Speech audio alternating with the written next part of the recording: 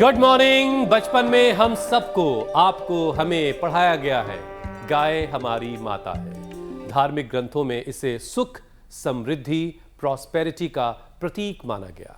कई बड़ी बड़ी रिसर्च में भी ये बात साबित हुई कि गाय को गले लगाने से मन को सुकून मिलता है, शांति मिलती है, पॉजिटिविटी का इजाफा होता है। और गाय के दूध से शरीर को एनर्जी मिलती है। आयुर्वेद में तो काउ मिल्क को सुपर फूड माना गया है और पिछले 6 से 8 हजार साल से इंसान गाय के दूध का इस्तेमाल कर रहे हैं। और अगर इतिहास की बात चली है तो मैं बता दूं कि भैंस के दूध का इस्तेमाल भी करीब 4 से 5 हजार साल पहले ही शुरू हो गया है। और उससे पहले भैंस का इस्तेमाल खेती बाड़ी और भारी सामान लाने ले जाने के लिए किया जाता था। गांव और पहाड़ी इलाकों में तो बकरी का दूध भी लोग खूब पीते हैं। कई लोग तो डेंगू बुखार में बकरी के दूध को बहुत फायदेमंद बताते हैं। और रेगिस्तानी इलाकों में तो लोग सदियों से ऊँटनी का दूध भी पीते आ रहे हैं। हालांकि ऊँटनी के दूध का इस्तेमाल हल्का सा वो टेस्ट में नमकीन होता है, जो हर किसी को पसंद शायद ना आए। शहर, गांव, रेगिस्तान, जगह कोई भी हो, बड़े बुजुर्ग बच्चों को एक ही सलाह देते थे, दूध पिए, ये हड्डी मजबूत करता है और इससे जो ग्रोथ है वो भी काफी अच्छी होती है। लेकिन दीपिका, सुपर फूड होने के बावजूद देश के करीब 62% लोग ऐसे हैं जो दूध पचा नहीं पाते, जिन्हें लैक्टोज इंटॉलरेंस की दिक्कत है। अब ऐसे में लोग दूध भी पी लें तो फिर कब्ज, गैस, भारीपन से परेशान रहते हैं। ऐसा इसलिए गीशा कि दूध में जो लैक्टोज होता है उसे पचाने के लिए शरीर में खास तरह के एंजाइम्स होते हैं, जिन्हें हम लैक्टोज कहते हैं। और वैसे तो बच्चों की बॉडी में जो लैक्टेज हैं बहुत अच्छी तादाद में होती हैं, लेकिन कभी कभी आप समझ सकते हैं जो बड़े होते हैं उनको काफ़ी ये इसकी कमी हो जाने की वजह से दूध पीने के बाद अपाचन की भी ये समस्या पैदा हो जाती है। और यही तो वजह है, तभी तो वो दूध आसानी से बच्चे पचा भी लेते हैं। लेकिन नई रिपोर्ट्स ये कह रही हैं कि दूध पीने से अब बच्चों को सेहत भी खराब होने लगी है। इंडाइजेशन, कॉन्स्टिपेशन, डायरिया जैसी दिक्कतें छोटे छोटे बच्चों में भी अब बढ़ने लगी है। आपने ठीक सुना, दीपिका ने जो आपको बताया कि दूध पीने से भी लोगों को नुकसान हो रहा है। तो एक काम करते हैं, स्वामी जी इससे को बुलाते हैं और बच्चों बड़ों के हाजमे को इतना मजबूत करवा लेते हैं कि ये जो लैक्टोज इंटॉलरेंस है इससे उनको बचाया जा सके और ये गंभीर बीमारियों का गेटवे ना बन जाए, उससे भी बचाया जा सके। स्वामी जी प्रणाम, बहुत बहुत स्वागत है आपका। प्रणाम स्वामी जी।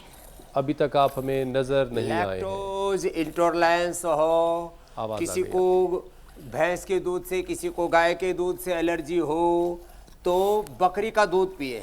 ये बकरी का दूध देखो कितना जबरदस्त है। इसको तो ऐसे ही, हम तो छोटे बच्चे थे तो मुंह में सीधी सीधी धार मारा करते थे।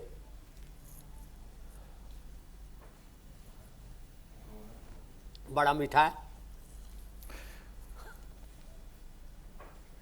पिले पिले। स्वामी जी आज आपका कैमरा आपको फॉलो नहीं कर पा रहा है। देखो, हाँ पिलाओ पिलाओ इनको छोटे।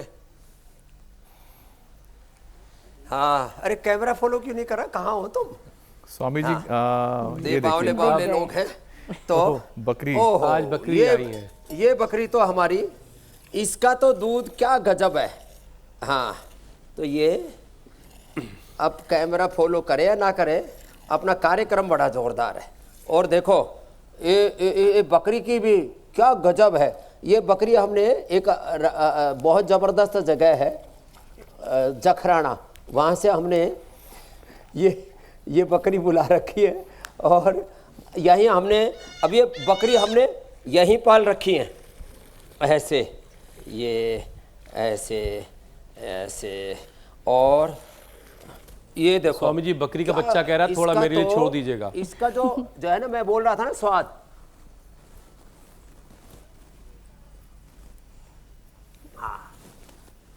डायरेक्ट फ्रॉम सोर्स, धारोष्ण दूध जिसको बोलते हैं ना, उसके, हाँ इसको बच्चे को पिलाओ भाई। हाँ, धारोष्ण दूध, धार में ही जो उष्णता है, रखो भाई। तो ये बकरी का दूध लीवर के लिए सबसे हेल्दी माना जाता है। ये देखो हमारी ये पुंगनूर गाय भी इतना बढ़िया दूध देती है। ओह राम, ये जो पुंगनूर गाय छोटी वाली, इसका दूध तो बहुत ही पौष्टिक होता है। और ये गधी का भी दूध तो निकाले भाई। अरे राम राम राम, गधी का दूध मैंने पिछली बार निकाला। जी जी जी जी, तो बड़ा वायरल हुआ तो स्वामी जी मच गया। और सच में भाई इसका दूध ना और जो है इसके हैं तो छोटे छोटे ही थन। हैं? दिखाओ दिखाओ, निकालो निकालो निकालो। तो ये देखिए कहीं बड़ा, ओ इधर देखो, ये बकरी, ये गाय, ये घोड़े और ये प्रतीक्षा कर रहे हैं, बोले बाबा जी हम भी साफ सफाई करके खाने पीने के लिए तैयार हैं। तो ये पहले शुद्धिकरण करो, फिर जो है सब चीजों का स्वांगीकरण अच्छे से हो पाएगा। तो स्वांगीकरण इसको कहते हैं एक्यूमुलेशन। पहले अपने शरीर को शुद्ध बना लो और योग करके एक ये ऐसे और एक ये ऐसे, ये ऐसे, यो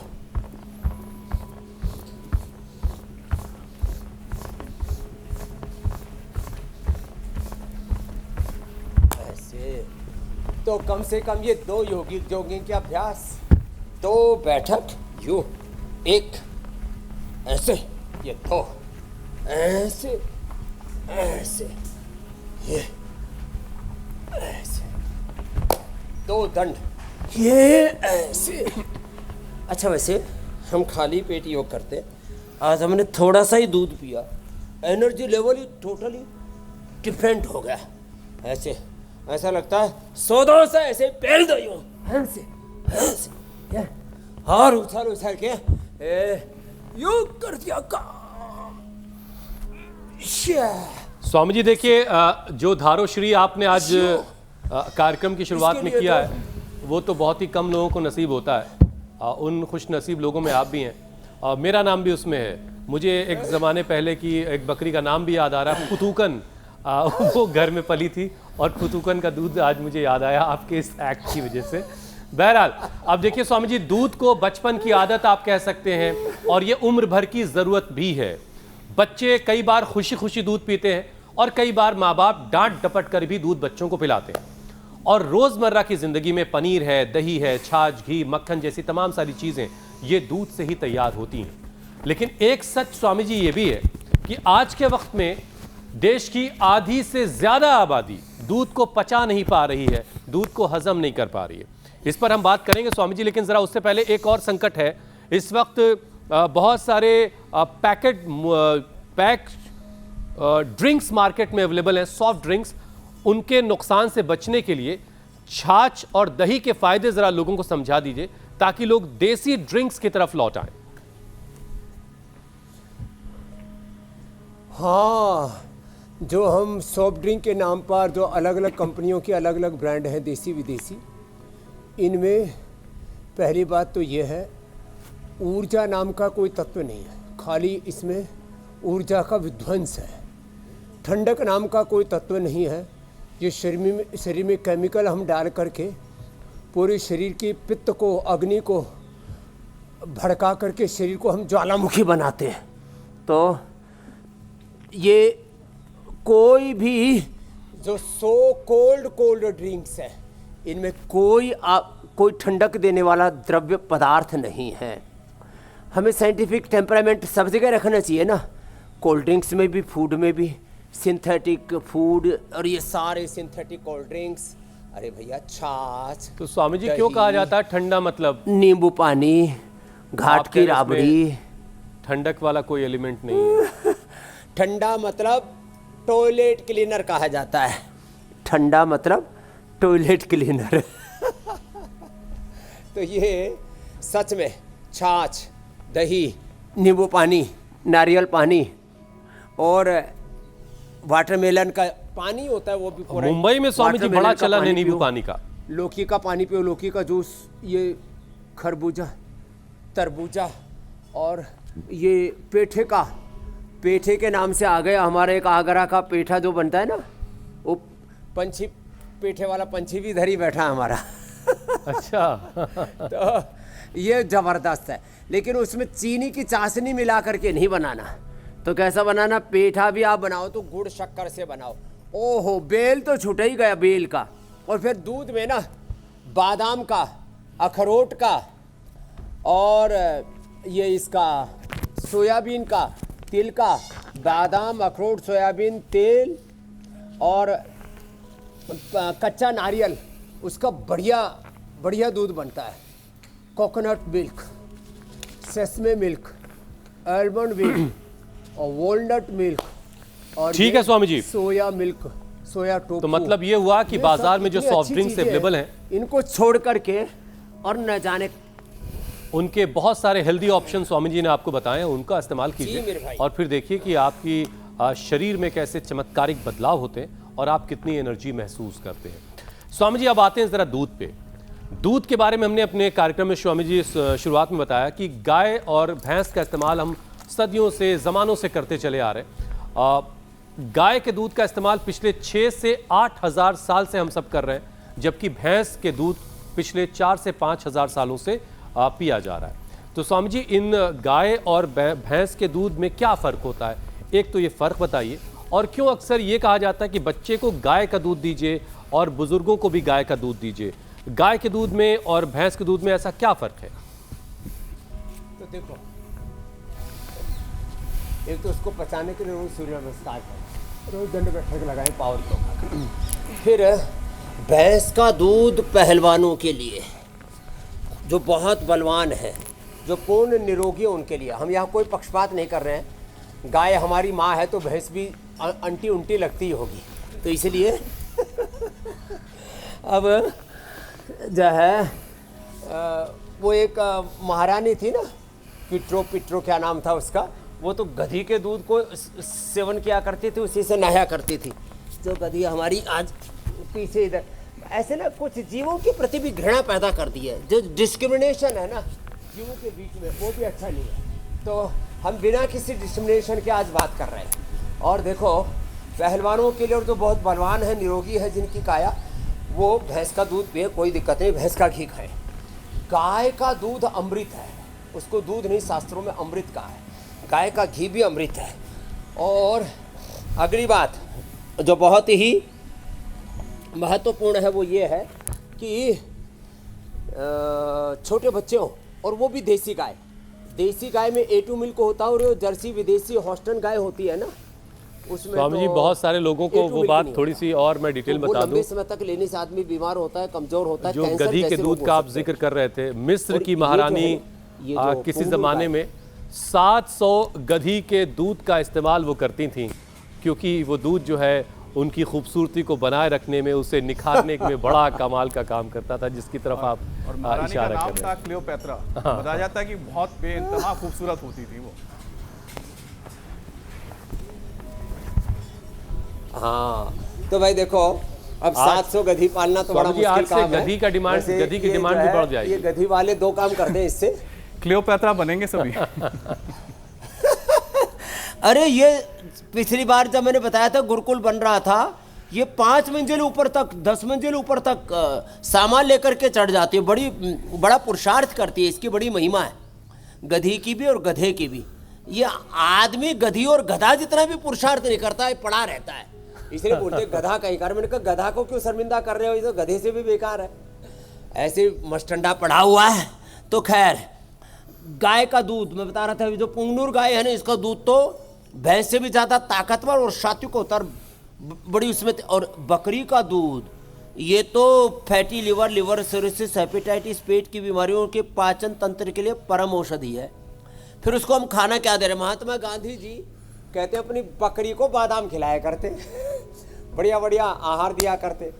तो सादगी ठीक है, लेकिन महात्मा गांधी जी जो है वो जो दूध पिया करते थे बकरी का, उस बकरी को बहुत अच्छा अच्छा खाना दिया करते थे। चलो बादाम भी खिला देते होंगे, बादाम है, चने हैं, ठीक है। आपको बादाम, अखरोट, काजू, किशमिश, मेवे, फ्रूट्स हजम नहीं होते तो बकरी को खिला दो और बकरी का दूध तुम पी लो, सारा पोषण मिल जाएगा। वो तो जो उसका सोर्स है ना, जिस पदार्थ को बकरी खा रही है, उसके सारे सूक्ष्म पोषक तत्व उसके दूध में आ जाते हैं। दूध में कोई हिंसा नहीं है। ये तो मामला स्वामी जी एक्सेप्शनल हो गया। चाहे गाय भैंस भेड़ बकरियों का किसी का भी ना मांस आता है, ना हड्डियां आती हैं, हड्डियां नहीं आती, कैल्शियम आती है। मांस नहीं आता, फैट आता है। किससे आता? फूड से फैट आता है। जो ये खाना खाते हैं कार्बोहाइड्रेट को लाइपोजेनेसिस करके वो फैट में कन्वर्ट कर देती है। तो मिल्क में फैट है लेकिन मांस नहीं है, कैल्शियम है लेकिन हड्डियां नहीं है। कोई भी जो है वो जीव का अंश वैसा नहीं है, वो पूरा का पूरा एक तरह से एक बहुत ही रिच कंपाउंड के साथ, food and medicinal rich compound के साथ एक बहुत ही अच्छा लिक्विड द्रव्य है। तो बकरी का दूध परम औषधि। स्वामी जी बकरी के दूध पे जरा सा एक चीज ये बताइए। फिर घी के साथ दूध में भी ये बात लागू होती है। देखिए, गाय का दूध शिफा है, अमृत है। अब भैंस का दूध पहलवानों को इस्तेमाल करना चाहिए, लेकिन बकरी स्वामी जी पहाड़ी इलाकों में बहुत ज़्यादा इस्तेमाल होती है। गांव में भी लोग बकरी के दूध का बड़ा इस्तेमाल करते हैं। अब ये बकरी का दूध गाय और भैंस से कैसे और कितना अलग है? आम तौर पर स्वामी जी ये जो बादाम वाला मामला है, गांधी जी अपनी बकरी को बादाम खिलाते थे, लेकिन आम तौर पर बकरी, गाय, भैंस वही चारा, वही हरी घास का सेवन करती, वही हरी घास खाती हैं। लेकिन बहुत से मामलों में डेंगू बुखार होने पर गाय जो जंगल में चरती है उसके दूध में और बकरी के दूध में ज़्यादा अंतर नहीं है, जो जंगल में चरती है पहाड़ों में या ग्रामीण इलाकों में। लेकिन बकरी में क्या विशेषता है? गाय जो है सेलेक्टिव होती है, वो सब चीज़ें नहीं खाती। बकरी जो है कोई भी सब चीज़ें खा लेती है, जितनी भी जड़ी बूटियाँ हैं। और कुछ तो ऐसी चीज़ें हैं जो मतलब गाय भैंस आदि कोई भी पालतू जानवर नहीं खाते और उसको खा करके पचा भी लेते हैं, और उसके सारे औषधीय गुण वो जो है उसके दूध में आ जाते हैं। इसलिए भूमि आंवला से लेकर, पुनर्नवा से लेकर के, मकोई से लेकर के, शोनाक से लेकर के, जितनी जड़ी बूटियाँ हम लीवर के लिए प्रयोग करते हैं, घास, दूधी घास से लेकर के सारी ये दूर्वा घास, ये दूर्वा घास है, जो सामने खड़ी है ना, जो है कुशाग्र, कहते हैं ना कुशाग्र बुद्धि है। कुशा जो है ये बड़ी दुर्लभ तत्व है ये, और इसके सेवन से जहाँ देवता प्रसन्न होते हैं उसका पानी छिड़कने से, इसके सेवन से बुद्धि भी कुशाग्र होती है, पाचन तंत्र अच्छा हो जाता है। इसको ये बकरी खाती है। तो दूबड़े से लेकर के सारी जड़ी बूटियाँ, सारी वनस्पतियाँ, हजारों प्रकार की, वो उसके सारे मेडिसिनल गुण बकरी के दूध में होते हैं। और हर एक के शरीर में भगवान ने एक विशेष पूरा यंत्र बनाया हुआ है, उनका डिजाइन ऐसे किया हुआ है। तो बकरी का डिजाइन अलग ढंग से स्वामी किया जी है भगवान अब मुझे आपकी इस बात से वो बात कनेक्ट होती दिखाई दे रही है, गाय भैंस का, कि बकरी सारे तरह के आयुर्वेदिक जो जड़ी बूटियों वाले पौधे होते हैं वो भी खा के पचा लेती है, और शायद इसी वजह से डेंगू बुखार होने पर बड़े बुजुर्ग बकरी का दूध पीने की सलाह देते हैं। क्या वाकई स्वामी जी बकरी का दूध डेंगू के मामले में रिकवरी में फायदा देता है? डेंगू में एकदम प्लेटलेट इससे बढ़ जाते हैं। फैटी लिवर से हेपेटाइटिस के, हमने तो 200-250 बकरियां पाली हुई है, पूरा बाड़ा है बकरियों का हमारे यहाँ। हम तो फैटी लिवर से हेपेटाइटिस के रोगियों के लिए रखा हुआ है। हम बाकी बकरी कोई हमारा व्यवसाय नहीं है बकरी पालना, और बकरी हो या बकरा हो, बेचारे फिर आनंद में रहते, हम उनको बेचते भी नहीं है जब तक उनकी उम्र पूरी नहीं होती। बकरी ईद पर भी हम इनका की शहादत नहीं करवाते हैं। तो खैर, और हाँ, आपने इसका घोड़ी का दूध तो पूछा ही नहीं। घोड़ी का दूध पीता है ना, वो टनाटन तोड़ता है। अच्छा। ये हमारा घोड़ी वाला खड़ा है इधर। और कोई कहते हैं शेरनी का दूध, वो अगली बार ट्राई करेंगे। आप तो पकड़ के लाना हुसैन भाई, और मैं दूंगा फिर शेरनी। ठीक है स्वामी जी, ठीक है, ठीक है स्वामी जी। अब स्वामी जी एक और रेगिस्तान का जहाज जिसे कहते हैं, रेगिस्तान के इलाकों में ऊंटनी का दूध भी स्वामी जी इस्तेमाल किया जाता है, जिसके बारे में आपने बताया भी अभी। तो स्वामी जी एक्सपर्ट्स ये कहते हैं वो तो टाइप 1 डायबिटीज और आर्थराइटिस के लिए परम औषधि है। हाँ स्वामी जी, इसके लिए एक्सपर्ट्स कहते हैं कि इससे शुगर कंट्रोल करने में काफ़ी मदद मिलती है और ये इम्यूनिटी को काफ़ी मजबूत कर देता है। तो स्वामी जी क्या आप भी क्या ऊँटनी का दूध आपने कभी इस्तेमाल किया? और क्योंकि आप लोग कहते हैं कि हल्का नमकीन होता है ये। अरे मैंने भी पिया है, थोड़ा सा हल्का सा मामूली सा खारापन होता है उसमें, ज़्यादा नहीं होता, और वो भी उसके फूड पर डिपेंड करता है।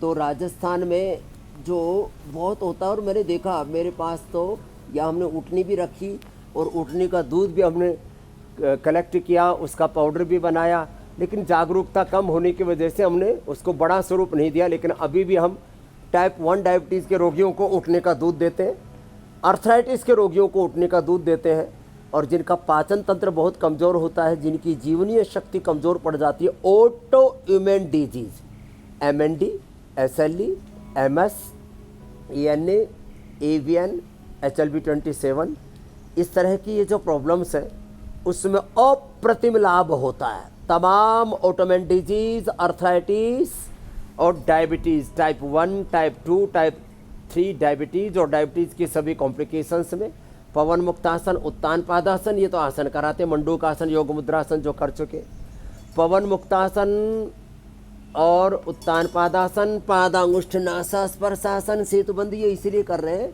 और एक एक आसन ये तो भी सिंबॉलिक कर रहे, थोड़ा लंबा करवाते हैं। और खीरा, करेला, टमाटर के जूस के साथ मदनाश्री मधुग्रिड देते हैं, और नीम के पत्ते, करेला, इसकी थोड़ी लुगदी सी बना के इसको थोड़ा कूट करके इमाम दस्ते में, पूरा लिक्विड भी नहीं बनाते, थोड़ा दरदरा सा कूट के इसके ऊपर चलवाते हैं, उठने का दूध पिलाते हैं, इंसुलिन बंद हो जाती है, बहुत सारे इंसुलिन रेजिस्टेंस हो जाते हैं, इंसुलिन काम ही नहीं करती, इंसुलिन 25, 50, 100, 150 यूनिट तक हमने बंद करवाई है, और डायबिटीज़ की सब गोलियां बंद कराई हैं, और डायबिटीज़ के कारण से जिन आंखें कमज़ोर हो गई थी, जिनकी किडनियां कमज़ोर हो गई थी, जिनको न्यूरोपैथी, नेफ्रोपैथी, रेटिनोपैथी, गैंग्रीन, शरीर में अलग अलग प्रकार की कमजोरियां, लो इम्यूनिटी, ऑटोइम्यून डिजीज़ और हड्डियां कमज़ोर हो गई, पूरी भुरभुरी हो गई, osteoporosis, osteopenia, arthritis, rheumatoid arthritis, और मैंने कहा RA factory, CRP, ANA, AVN, HLB27, तमाम तरह के वात रोगों के जो भयंकर उपद्रव हैं वो ऊँटने के दूध से दूर हो जाते हैं। स्वामी जी ये देखिए कमाल है, आधा से 1 किलो तक। अब इसको हम कहते हैं, जब ज़्यादा दूध पिलाते हैं इसको कहते हैं दुग्ध कल्प, क्षीर, क्षीर बोलते हैं संस्कृत में, नीर क्षीर विवेकी बोलते हैं ना, तो इसको क्षीर कल्प कहते हैं। वही करवा देते हैं, केवल बकरी का दूध पिया, केवल ऊँटने का दूध पिया, केवल गाय का दूध पिया, केवल गाय का दूध, अलग अलग प्रकार के शारीरिक दौर्बल्य में, मस्कुलर डिस्ट्रोफी जैसे रोग हो जाते हैं उसमें, और भयंकर लिवर प्रॉब्लम में ऊँटने बकरी के दूध का, और टाइप 1 डायबिटीज़ और अर्थराइटिस में ऊँटने के दूध पर ही सुबह से शाम तक रखते हैं और कुछ देते ही नहीं। ये स्वामी जी अद्भुत है इसकी महिमा है कि आप दूध को एक दवा के तौर पर इस्तेमाल कर रहे हैं, लोगों को उससे ठीक कर रहे हैं, और दूध वो चीज़ है जो बचपन में सबसे पहले एक बच्चे को ज़िंदगी देती है, लेकिन ये हैरानी की बात है कि वही दूध बहुत सारे लोगों को नुकसान कर रहा है। गाय, भैंस, बकरी, ऊँटनी, सबके दूध के फ़ायदे की बात स्वामी जी हो गई है। अब ज़रा देश के 60% उन लोगों की बात करते हैं जो इस सुपर फूड से क्या फ़ायदा नहीं उठा पा रहे, बल्कि इस दूध की वजह से बहुत सारे लोगों को कब्ज़, गैस, खट्टी डकार, डायरिया की शिकायत हो रही है। अब इसकी वजह है दूध में मौजूद लैक्टोज यानी शुगर को पचाने वाले एंजाइम का शरीर में कम हो जाना। तो स्वामी जी ये लैक्टोज एंजाइम वक्त के साथ शरीर में क्यों घट जाता है? ये तो वो एंजाइम है जो बच्चे के शरीर में शुरुआत से होता है। हाँ, जन्मजात है, तो इनबिल्ड है हमारे इनिट इम्यूनिटी के रूप में। तो उसके लिए एक तो पवन मुक्तासन करें, मंडूकासन करें, और जो है प्राणायामों में कपालभाति प्राणायाम करें, जो हमारे बच्चे कर रहे हैं, कपालभाति प्राणायाम, अनुलोम विलोम प्राणायाम। और देखो सर्वकल्प कायाकल्प का काढ़ा ले, लीवोग्रिट ले, सुबह खाली पेट अनार और सेव का प्रयोग करें, और बकरी का दूध का सेवन उनके लिए अच्छा रहेगा जिनको ये लैक्टोज की जो है एलर्जी है। और वो प्रारंभ के दिनों में वो ऐसे ये soya milk, sesame milk, almond या वॉलनट मिल्क, या जैसे हमने बताया कोकोनट मिल्क आदि का भी सेवन कर सकते हैं। इनमें भी देखो, इनमें प्रोटीन भी है, इनमें कैल्शियम भी है, इनमें फैट भी है, और टेस्ट भी बहुत अच्छा है। और मैंने तो ऐसा किया, ये पंच दुग्ध मिला दिए, पंचामृत, पांचों ही चीज़ें एक साथ मिला दी तो इनका पांचों मगज और ये ड्राई फ्रूट्स, बादाम, अखरोट, तिल से लेकर के नारियल और ये सोया, और इसका दूध बनाया ना वो तो फिर अप्रतिम लाभ करता है। तो जिनको शुरू में वो डाइजेस्ट नहीं हो रहा है तो विकल्प के तौर पर इस दूध का इस्तेमाल कर सकते हैं। ऐसे अपने आप को संवारें, अपने आप को उभारें। दरअसल स्वामी जी इस बात को थोड़ा सा और समझा शरीर में दीजिए, किसी भी तरह की कोई कमजोरी आ जाती है ना, क्योंकि ये वो बड़ी स्थायी नहीं होती है। ये लोगों उसको के हम लिए हटा बड़ी सकते उलझन हैं। का जी मेरे सबब भाई। है कि जिस दूध को पीकर बच्चा माँ के दूध को पीकर के बच्चा ताकत पाता है, बड़ा होता है, वही बच्चा बड़ा होने के बाद गाय भैंस के दूध से इंटॉलरेंस हो जाए, वो उसको पचा ना पाए। ये स्थिति क्यों और कैसे बनने लगती है और कैसे इसको रीड किया जाए और इस स्थिति से कैसे बचा जाए? तो ये कमजोरी इसलिए आती है कि जो हमारी नैसर्गिक गतिविधियां हैं जीवन की, सुबह उठ करके पहले जंगल में शौच के लिए जाया करते थे, अब जिस कमरे में रहते हैं वहीं हगते मुतते रहते हैं। गांव की भाषा में इसको बहुत खराब माना जाता था, बोले तो खाट में पड़ा पड़ा हगता मुतता है। तो ये जंगल में जाना बंद हो गया और जो है पहले शौचालय के लिए दूर जाते थे, देवालय भी पहाड़ों पर होते थे। शौचालय, देवालय, मस्जिद ये सब थोड़ी दूर दूर होती थी तो लोग चल के जाया करते थे, खेतों में जा कर के काम किया करते थे, टहला करते थे, दौड़ा करते थे, रनिंग किया करते थे, हार्ड वर्क किया करते थे। ये खेलना कूदना, फिर जो है गेम्स, ये सब स्पोर्ट्स कम हो गए और व्यक्ति जो है आलसी प्रमादी हो गया। तो सबसे बड़ा सभी रोगों का, सभी दुखों का और दरिद्रताओं का कारण है प्रमाद। इसलिए महाभारत में और भगवान बुद्ध ने प्रमादः मृत्यु ऐसा कहा। यह महाभारत का भी वचन और भगवान बुद्ध का भी वचन है। तो प्रमाद के कारण से अंदर की जो शारीरिक गतिविधियां हैं वो शिथिल पड़ गई। तो उसको बढ़ाने के लिए हम मंडूकासन, योग मुद्रासन रोज कराते हैं, अर्धमत्स्येंद्रासन, गोमुखासन, कपालभाति रोज करवाते हैं। तो ये तो करना पड़ेगा। अब इनको हमारे जीव जंतुओं को, बकरी को, गाय को, गधी को, घोड़ी को कोई एलर्जी नहीं है। ये सारी एलर्जी हमको ही क्यों हो रही है? क्यों? क्योंकि हमने प्रकृति की जो नैसर्गिक प्रक्रिया है, प्रकृति का जो विधान है, परमेश्वर का विधान है, उसमें व्यवधान पैदा कर दिया। इसलिए back to basic, back to nature आना ही पड़ेगा प्रकृति की, संस्कृति की। और यही रास्ता स्वामी जी, इधर बड़ है, उधर पीपल है, इधर आम है और इनके बीच में आज योग हो रहा है। ये है वापस बैक टू बेसिक्स का जो रास्ता है स्वामी जी, वो रोजाना आपके मार्गदर्शन में हम लोगों को बता रहे हैं और कोशिश यही है कि लोग सेहतमंद जिंदगी जिएं।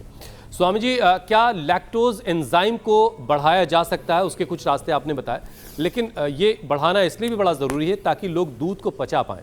और अगर ऐसा नहीं होगा तो फिर दूध का ऑल्टरनेटिव जो भी आप बता रहे हैं स्वामी जी, क्या वो दूध जितना ही ताकतवर है, क्या वो दूध जितना ही सुपर फूड उसे माना जाएगा या उसके मुकाबले उसकी ताकत थोड़ी कम है? ना, कोई ताकत कम नहीं है साहब, ये तो मन का भ्रम है। अच्छा, तो एक तो लिवोग्रिट ले ले, और ये लिवोग्रिट हमने लिक्विड भी बना दिया। लिवोग्रिट पहले लिवाम्बिट था, फिर लिवोग्रिट बना दिया हमने, इसका भी पाप बना दिया। फिर रात को दूध जिनको हजम नहीं होता, 1 चम्मच इसबगोल, जिनको कब्ज है तेज गर्म दूध में, और जिनको कोलाइटिस है वो दही छाछ में ले लिया करें और साथ में थोड़ा सा गुलकंद ले लिया करें, बड़ा टेस्टी भी रहेगा। और हाँ, तो ये जो इसका दूध है ना, चाहे सोया का है, चाहे एलमंड का है, चाहे अखरोट का है या सेसमे का है, इसके भी पौष्टिक गुण बहुत ही अधिक होते हैं, कोई कम नहीं होते। हाँ, अलग अलग थोड़े गुण धर्म थोड़े बहुत तो अलग मिलेंगे, लेकिन इसकी पोषकता किसी भी प्रकार से कम नहीं है। तो जो अंदर से एंजाइम कम बनने लगे, पाचन वाले, दीपन वाले, तो ये पाचन दीपन के लिए लिवोग्रिट के साथ साथ मैं और उपाय बताता हूँ। पंचकोल, पीपल, पीपला मूल, चित्रक, चव्वे सूट। पीपल मैंने ये पीपल नहीं है, वो पीपल एक झाड़ है, जड़ी बूटी है। पीपल, पीपला मूल, चित्रक, चव्वे सूट। पंचकोल के नाम से हम ये थोड़ा दरदरा सा एक पाउडर उपलब्ध कराते। 1 चम्मच उबाल लो लगभग आधा लीटर पानी में, 50-100 ग्राम बच जाए तब छान करके पी लो साहब। हमने तो जब गुरुकुल में दूध ज़्यादा हो जाता था तब रोटी और दाल सब्जी सब बंद कर देते थे, 2 किलो दही पी जाते थे और 2 किलो ये हमारा खाया पिया हुआ बता रहे हैं हम आपको, 2 किलो दही सुबह दोपहर और 2 किलो दूध रात को। और इतना दूध पी रहे तो शहर वालों को तो छेरा लग जाए 10 लग जाए 25। पंचकोल पीने से इतना बढ़िया पाचन हो जाता है। ये हमारे पूज्य गुरुदेव आचार्य बलदेव जी द्वारा बताया हुआ नुस्खा बता रहा था, गुरुओं का बताया हुआ। पीपल पीपला मूल चित्रक सविशुद्ध पंचकोल का काढ़ा पियो, क्या गजब का पाचन हो जाता है साहब। फिर हमारे गिरीश आहूजा साहब बोले स्वामी जी आपने जब से वो जीरा धनिया मेथी सौंफ अजवाइन देखो ये रखे, ये जीरा धनिया मेथी सौंफ अजवाइन इसके अंदर ज़बरदस्त प्रॉपर्टी होती है दीपन पाचन की, और कोई बैक्टीरिया वायरस फंगस अपने ऊपर असर नहीं करता। और जो भी नेचुरल एंजाइम्स हैं, हेल्दी बैक्टीरिया, प्रोबायोटिक्स प्रीबायोटिक्स जो पेट में रहने चाहिए, करीब 2 किलो हेल्दी बैक्टीरिया पेट में रहते हैं, उनको बरकरार रखते हैं। फ्रेश दही, फ्रेश छाछ वो भी उसको अच्छे बनाए रखता है। जीरा धनिया सौंफ दूसरा इलाज, ये त्रिफले का पानी ये तीसरा है। लिवोग्रिट बता दिया। खाने के बाद द्राक्षासव कुमारियासव पुनर्नवारिष्ट, जिनको कोलाइटिस है कुर्जारिष्ट, और जिनको कब्ज है उनको अभयारिष्ट। तो ऐसी ये सब चीजें ना पाचन को बहुत अच्छा बनाए रखती है। और सुबह सुबह स्वामी जी अनार, एक एक करके जो जरा खाएगा पाचन की और अनार, समस्याओं पे बात वो कर लेते नहीं हैं, पड़ेगा बीमार। क्योंकि दूध का सारा मामला जो वो पचने से ही है, क्योंकि बहुत सारे लोग दूध पचा नहीं पाते हैं। अब देखिए स्वामी जी, पेट की जो और बीमारियां हैं उन पर बात करनी बहुत ज़रूरी है। दूध से एलर्जी अगर किसी को है स्वामी जी, तो कब्ज एसिडिटी के बाद वो कोलाइटिस का रूप ले लेता है बहुत सारे मामलों में, और ये काफ़ी गंभीर बीमारी कही जाती कोलाइटिस। तो कोलाइटिस वाली स्थिति ना बन जाए, उससे बचें कैसे? और अगर किसी को कोलाइटिस हो गया तो क्या वो पूरी तरह से ठीक हो पाएगा? कब्ज के लिए तो त्रिफला बता दिया, शुद्धि चूर्ण बता दिया, कब्ज के लिए अभयारिष्ट बता दिया, कब्ज के लिए पपीता, अनार और ये सब सेब आदि सबका सेवन करें। अब कोलाइटिस के लिए बेल का प्रयोग करें। ये पका हुआ बेल, कच्चा बेल भी अच्छा रहता है, कच्ची बेल का पाउडर मिलता है, बिल्व चूर्ण, बिल्वादि चूर्ण, बिल्वादि चूर्ण, गंगाधर चूर्ण 50-50 या 100 ग्राम, शंख, कपर्दक, मुक्ता, शुक्ति, मोती पुष्टि मिलाकर के हमने खिलाया। लाखों ने करोड़ों लोगों का कोलाइटिस हमने ठीक किया है। हाँ, दूसरी बात, कोलाइटिस के लिए खाली पेट कोलोग्रिट, खाने के बाद कुटजारिष्ट, कुटज, घनवटी और चित्रकादिवटी। कुटजारिष्ट 4-4 चम्मच, कुटज, घनवटी और जो है चित्रकादिवटी 2-2 गोली, एकदम अच्छा हो जाता है। ये सुबह दोपहर शाम 3 बार, खाने के पहले 1 घंटा पहले कोलोग्रिट और खाने के बाद ये कुटजारिष्ट, कुटज, घनवटी और चित्रकादिवटी। फिर उसमें घी, मीठा और दूध बंद करा देते। दही छाछ औषध है कोलाइटिस के लिए, घी, दूध और मीठा, खास करके चीनी उसके लिए जहर है। इसमें भी देखो अलग अलग प्रकृति होती है। तो ये तो कोलाइटिस और कब्ज के लिए बता दिया। फिर गैस बने तो खाने के बाद गैस हर, गैस बने तो खाने के बाद छाछ में थोड़ा हिंगवास्त्र और लवण भास्कर। गैस बने तो पहले ग्रास में 3 कली लहसुन की थोड़ा सा सेंधा नमक डाल करके पहले ग्रास के साथ खा लो, ऊपर से खाना खा लो, गैस ही नहीं बनेगी। थोड़ा सा अनार खा लो पहले, गैस ही नहीं बनेगी। और खट्टी डकारें आती हैं, इसको बोलते हैं एसिडिटी। इसके लिए अव्यपत्ति कर चूर्ण 100 ग्राम, मुक्ता शुक्ति 10 ग्राम, और सबसे अच्छा तो है मोती पिष्टी चुटकी भर ले लो, या अधिकतम 1 ग्राम पानी में घोल करके रात को घोल के सुबह घोल के रात को पी लो।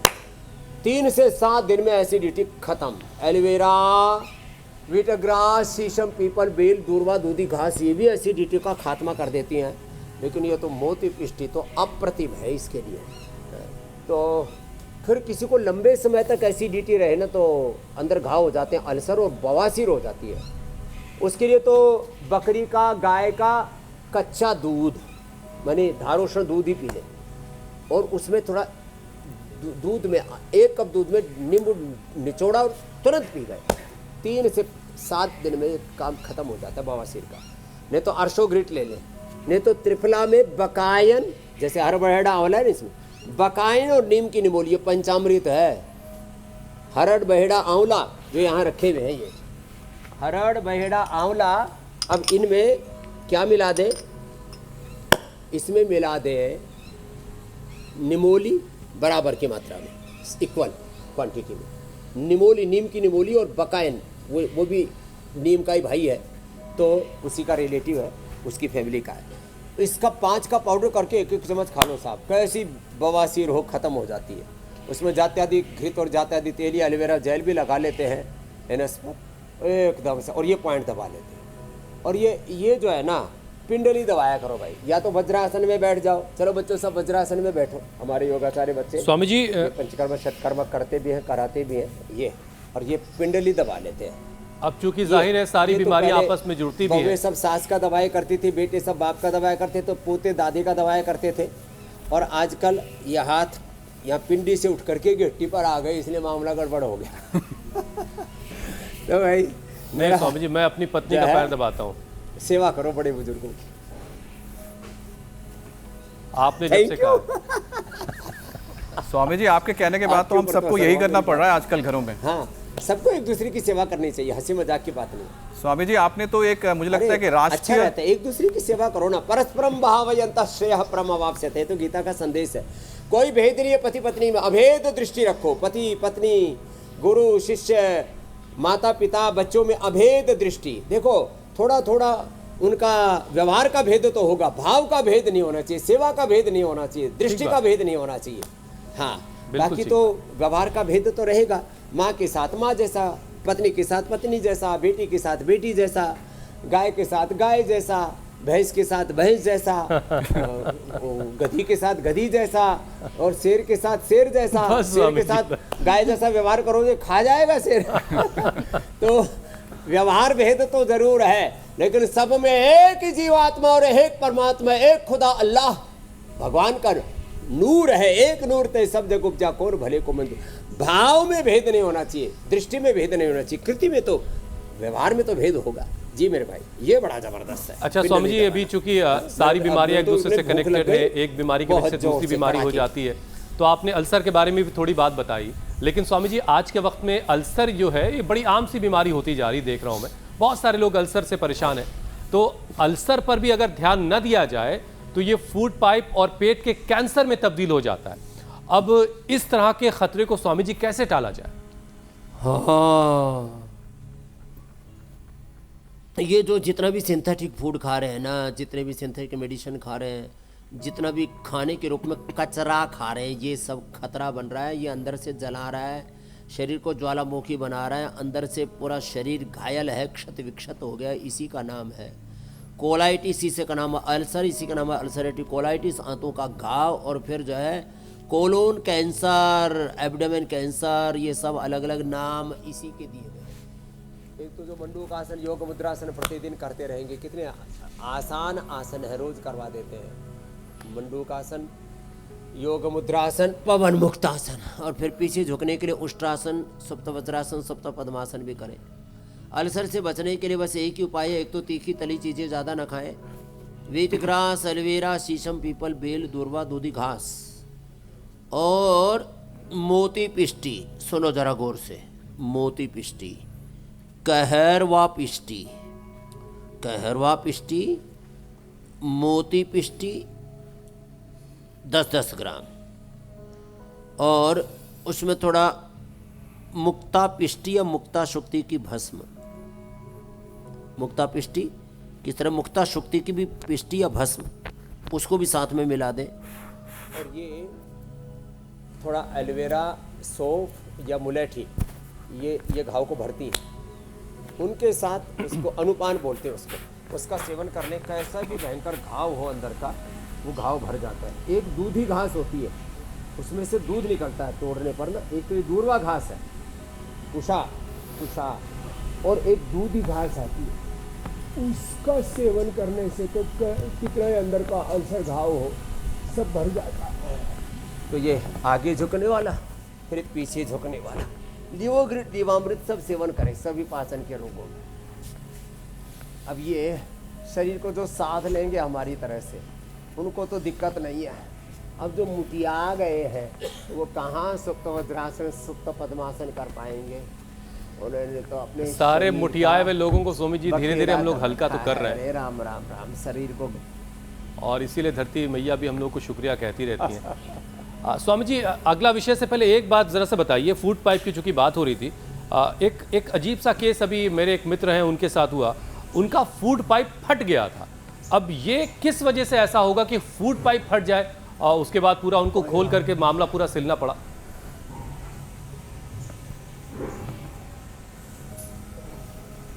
ये फूड पाइप में जब बहुत गैस बन जाए, फूड पाइप की लेयर कमज़ोर पड़ जाए, उसमें कोई अवरोध पैदा हो जाए, अल्सर पैदा हो जाए तो फट जाता है। कई बार अंदर से बहुत शिथिल पड़ जाता है तो फूड पाइप में पैरालिसिस जैसी भी स्थिति बन जाती है। ये कोई भी स्थिति ना बने, इसलिए वात पित्त कफ त्रिदोष को संतुलित रखिए। समदोष समाग्नि समधातुमरा क्रिया प्रसन्न आत्म इंद्रिय मन स्वस्थित्य विधीयते। तो त्रिदोष को और प्रकाश क्रिया स्थिति शीरम भूतेन्द्रियात्मकम भोगात भोग अपवर्गार्थम दृश्यम। सत्व रजस तमस का प्रकाश क्रिया स्थिति का संतुलन, त्रिदोषों का संतुलन, सब दोषों से और सब प्रकार के दोष दुर्गुणों से, दुर्बलताओं से, सब प्रकार की दरिद्रताओं से, सब प्रकार की कुंठाओं से अपने आप को उभारना है। तो ये देखो, तो कुल मिलाकर योग करते रहिए, सारे ऑर्गन्स मजबूत रहेंगे, प्रॉपर काम करेंगे, नस नाड़ियां मजबूत रहेंगी। पादासन 5-10 मिनट तक करा देते हैं और ये चीजें ठीक हो जाती है और वक्त से पहले कोई भी ऑर्गन आपका साथ नहीं छोड़ेगा। स्वामी जी, पेट से जुड़ी एक और दर्दनाक बीमारी है, जरा उस पर भी थोड़ा सा आपसे उसकी तकलीफ से बचने का उपाय आपसे जान लेते हैं, और उसका नाम है पैनक्रियाटाइटिस। इसका दर्द जिन लोगों को होता है वो बर्दाश्त के बाहर होता है। अब जो लोग इस परेशानी का सामना कर रहे हैं स्वामी जी, वो इससे कैसे निजात पा सकते हैं?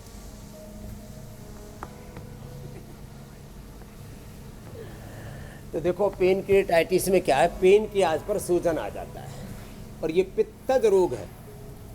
आप पूरा नेट पर खोज लीजिए, पूरे बड़े बड़े मेडिकल की बुक्स पढ़ लीजिए, आपको पैनक्रियाटाइटिस के बारे में यही मिलेगा, इसका कोई इलाज नहीं है। उनको यही नहीं पता, बावड़ों को, अविवेकी लोगों को, मूर्खों को, कि बीमारी होती कैसे।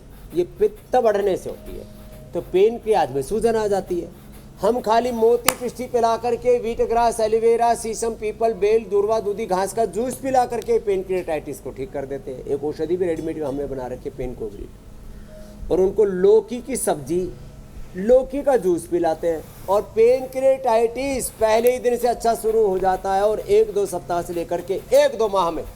तो जो भी इंडिया टीवी देख रहे हैं, मैं सबसे आह्वान कर रहा हूँ, जिस पैनक्रियाटाइटिस के बारे में ये बोला जाता है, जिस हेपेटाइटिस के बारे में ये बोला जाता है, जिस ट्राइजेमिनोलॉजिया के बारे में बोला जाता है, जिस आर्थराइटिस अस्थमा के बारे में बोला जाता है, बीपी, शुगर, थायराइड, कोलेस्ट्रॉल आदि सब बीमारियों के बारे में बोला जाता है कि बीमारियां मिटती नहीं है, सारी बीमारियां जड़ से ही खत्म होती हैं। बस 8 AM का हमारा योग क्लब ज्वाइन कर लो, जड़ी बूटियों का प्रयोग कर लो और अपने आहार विचार को सुधार लो। और जो लोग स्वामी जी दूध नहीं पचा पा रहे थे, सुधारना तो पड़ेगा। वो दूध आज के बाद पचा पाएंगे। बस उन्हें जरूरत इस बात की है कि जो बातें आपने बताई उस पर ध्यान दिया जाए। स्वामी जी, सारे दूध के, हर तरह के दूध के फायदे आपने बता दिए, लेकिन एक दूध ऐसा है जो सिलेबस में नहीं था आज के, आपने भी उसका जिक्र नहीं किया, मैं आखिर में उसको जोड़ लेता हूँ, और वह है व्हेल मछली का दूध। स्वामी जी, इसके फायदे के बारे में स्वामी जी अगर आप कुछ बताना चाहें तो आखिर में बता करके फिर हम आपसे इजाजत लें। अकेला स्तनधारी जो पानी में रहता है। एक तो माँ का दूध का तो मुझे फायदा पता है, लेकिन वो भी स्तनधारी जीव है व्हेल मछली, तो उसके फायदे पढ़ के आएंगे भाई। देखो, सारी चीजें जानने का हमने ठेका नहीं ले रखा और हम सर्वज्ञ होने का दावा भी नहीं करते, हम सर्वज्ञ और शक्तिमान नहीं है। लेकिन व्हेल मछली, पहली बात तो खाली ये क्यूरियोसिटी तो रहती है, उत्सुकता, लेकिन भाई व्हेल मछली भी स्तनधारी एक मछली है, वो उसके भी फायदे होते होंगे। पानी में लगता है जिनको बहुत बड़ा तैराक बनना, उनको व्हेल मछली का दूध पीना चाहिए। स्वामी जी, अब आपसे इजाजत लेने का वक्त हो गया है। हमने पूज्य गुलाम माता जी का दूध पिया है।